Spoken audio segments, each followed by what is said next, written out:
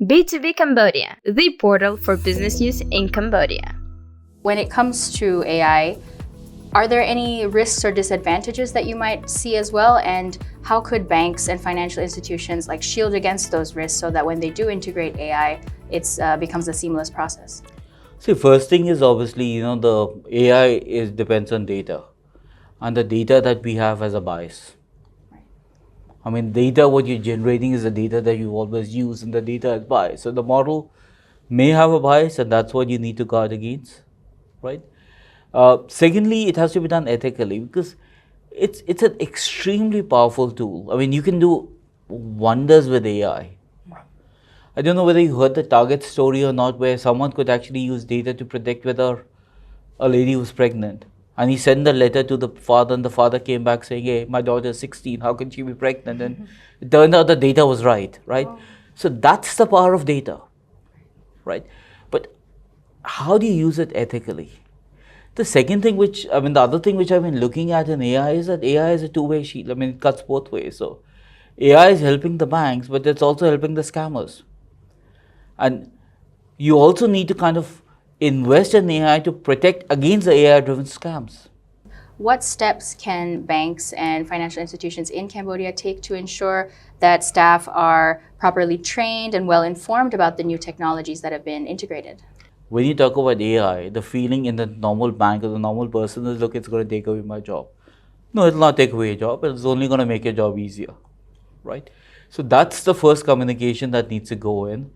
Two, you got to actually let them come up with the use cases, because I run the process. I know how the process works best, right?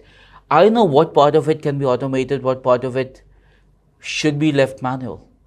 Now, rather than the management trying to force feed that, if it comes bottom up, you will find a lot more acceptance. Third, I think the other thing is that you should start offering skill sets, skills trainings around these, because again, look, what's AI? AI is statistics, right? I mean, in the financial world, AI is just nothing but machine learning, which is data statistics. I think the guy who defined AI and put the name AI, there are lots of people who claim that he should have called it advanced statistics. But let's stick to AI and machine learning right now, right? So it's using data to kind of improve your processes. Now, what's wrong with that? One is anything which is automated is consistent. It does it regularly. Every time it does it the right way. I would think in terms of this technological integration, it's almost like a requirement that banks and financial institutions are ahead of the curve or always on top of new trends. So in that way, how do you think banks and financial institutions in Cambodia can help to contribute to wider digitalization across the country and to achieve also wider digital financial inclusion? See, if you look at this, which is the sector where you have highest employment? SMEs, which is around 70%.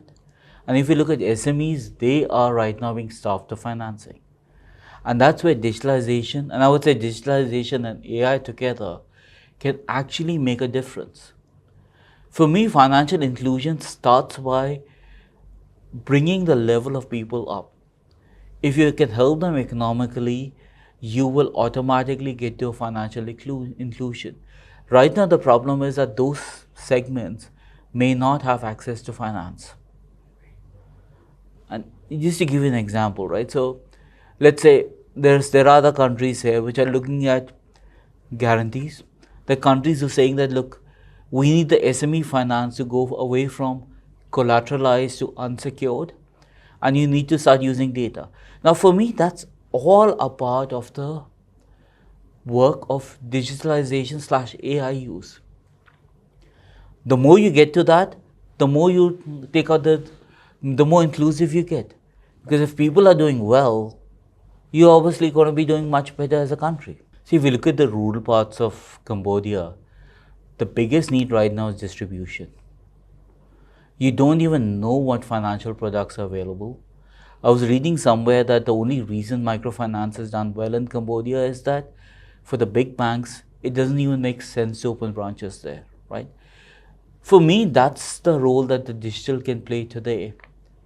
Even if there are 3 people in a rural village that get aware of what's there, the word can spread. Right. I think the challenge right now is the distribution, and that's where, in my view, at least the bank should do a lot more in terms of digital plays. How do you see Cambodia's banking and financial sector going forward? Look, I'm betting on it. I think it's going to be the next tiger.